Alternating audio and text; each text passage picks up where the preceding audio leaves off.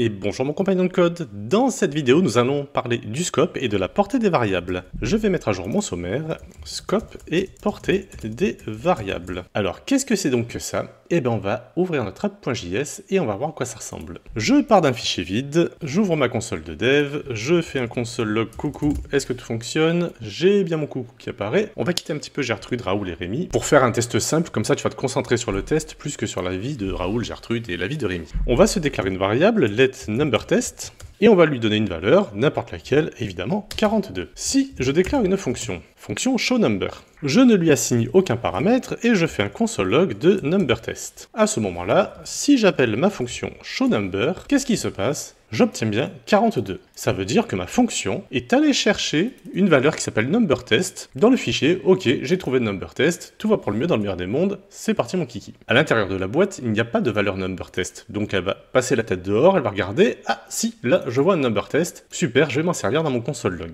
On va modifier la fonction et mettre un letNumberTest à l'intérieur. Et là, on va mettre 84. Et là, qu'est-ce qui se passe? 84, et je n'ai pas de message d'erreur. Alors que si j'avais mis le letNumberTest à l'extérieur, là, il nous aurait dit « Attention, tu as déjà déclaré numberTest ». C'est-à-dire que j'ai le droit de déclarer deux variables qui ont le même nom, mais qui ne sont pas au même niveau. C'est-à-dire que ici, le letNumberTest est dans un niveau global du fichier, alors que le numberTest qui est là va être à l'intérieur de la fonction. Il va avoir une portée très limitée qui va se limiter à la fonction. Et même si je faisais un return de numberTest, ce n'est pas numberTest que je renverrai, ce serait seulement la valeur de numberTest, pas le nom numberTest. Donc on voit déjà que on peut avoir deux variables qui ont le même nom, pour peu qu'il y en ait un dans une fonction et l'autre hors de la fonction. Et donc ce phénomène s'appelle le scope. Ici le letNumberTest est dans un scope global, et le letNumberTest ici va être dans un scope local. Alors attention, quand on parle de scope global, c'est global au fichier. S'il y a plusieurs fichiers JavaScript, ils ne vont pas aller se chercher les valeurs d'un fichier à l'autre, bien évidemment.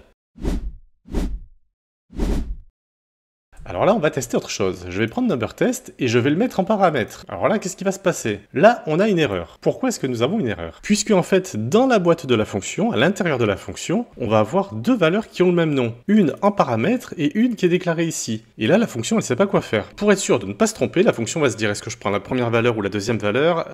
Finalement, je ne fais rien, au moins, je suis sûr de ne pas me planter. Donc effectivement, on a un numberTest qui est sur un scope global, ici un numberTest qui est sur un scope local à la fonction, mais dans la fonction, ici, ce numberTest, on va pas savoir si c'est là ou si c'est là. Allez, on va se faire un autre test. Je vais créer un fichier utilities.js. Nous allons mettre dans un module une fonction. Alors comme je vais la rappeler dans app.js, je vais faire un export function, comme on faisait un export const quand on voulait exporter une variable. Donc export function, show number 2. Je ne lui mets pas de paramètres et je vais lui faire un console log de numberTest. Je reviens dans mon index.html, mon app.js est bien de type module, donc il va pouvoir importer la fonction. Donc je vais copier le nom de la fonction, je reviens dans mon app.js, j'ai toujours mon message d'erreur parce qu'effectivement j'ai deux fois numberTest, donc je vais l'enlever ici des paramètres par exemple, peu importe, et je vais appeler mon showNumber2. ShowNumber2, il est là, à utilities, je pense bien à mettre .js lors de l'import de ma fonction. Je commente ça histoire que ça ne s'active pas, et là je n'ai rien. C'est-à-dire que showNumber2 ne fait rien parce que déjà pour commencer, j'ai pas mis de parenthèse. Forcément, ça va pas faire grand-chose. Maintenant, je vais mettre les parenthèses. Et là, il me dit, attention, numberTest is not defined pour showNumber2. Effectivement, ici dans Utilities, on ne sait pas ce qu'est numberTest. Alors numberTest, je peux le mettre ici en paramètre.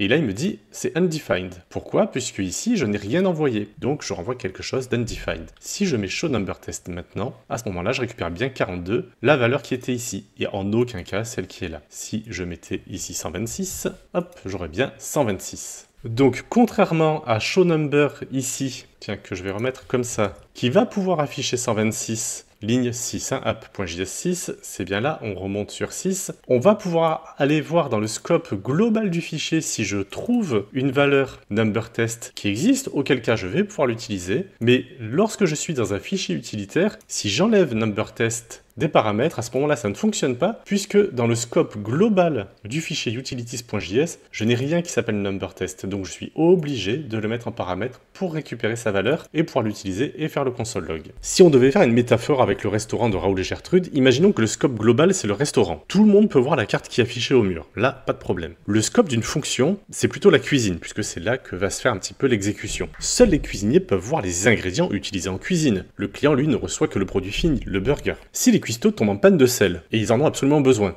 ils vont aller chercher du stock dans le restaurant, ils vont passer devant, ils vont aller au niveau du comptoir, du bar. S'il y a du sel, ils peuvent récupérer le sel et retourner en cuisine pour faire leur plat. C'est ce qui se passe dans le cas de cette fonction showNumber. Mais si à tout hasard, les burgers n'étaient pas faits dans une cuisine collée au restaurant, mais dans une cuisine déportée, par exemple 2 étages au-dessus ou 2 étages en dessous, ou dans le bâtiment à côté, peu importe, et il y aurait un tapis roulant qui amènerait les burgers. Donc si la cuisine était vraiment séparée du restaurant, à ce moment-là, la cuisine n'aurait pas accès au sel qui est dans le restaurant. Et là, on arrive dans le cas de cette fonction dans le fichier utilities. Si je n'ai pas accès au restaurant, ce qui est le cas ici, je ne peux pas trouver la valeur numberTest. Ce n'est pas le bon scope. Donc il faut livrer les ingrédients. Pour livrer les ingrédients, on utilise en JavaScript les paramètres. J'espère que ça a été clair, j'espère que l'exemple et la petite métaphore à la fin ont été clairs pour toi. Et si tu as la moindre question, n'hésite pas à les poser en commentaire, j'y répondrai avec le plus grand des plaisirs. À très bientôt, compagnon de code.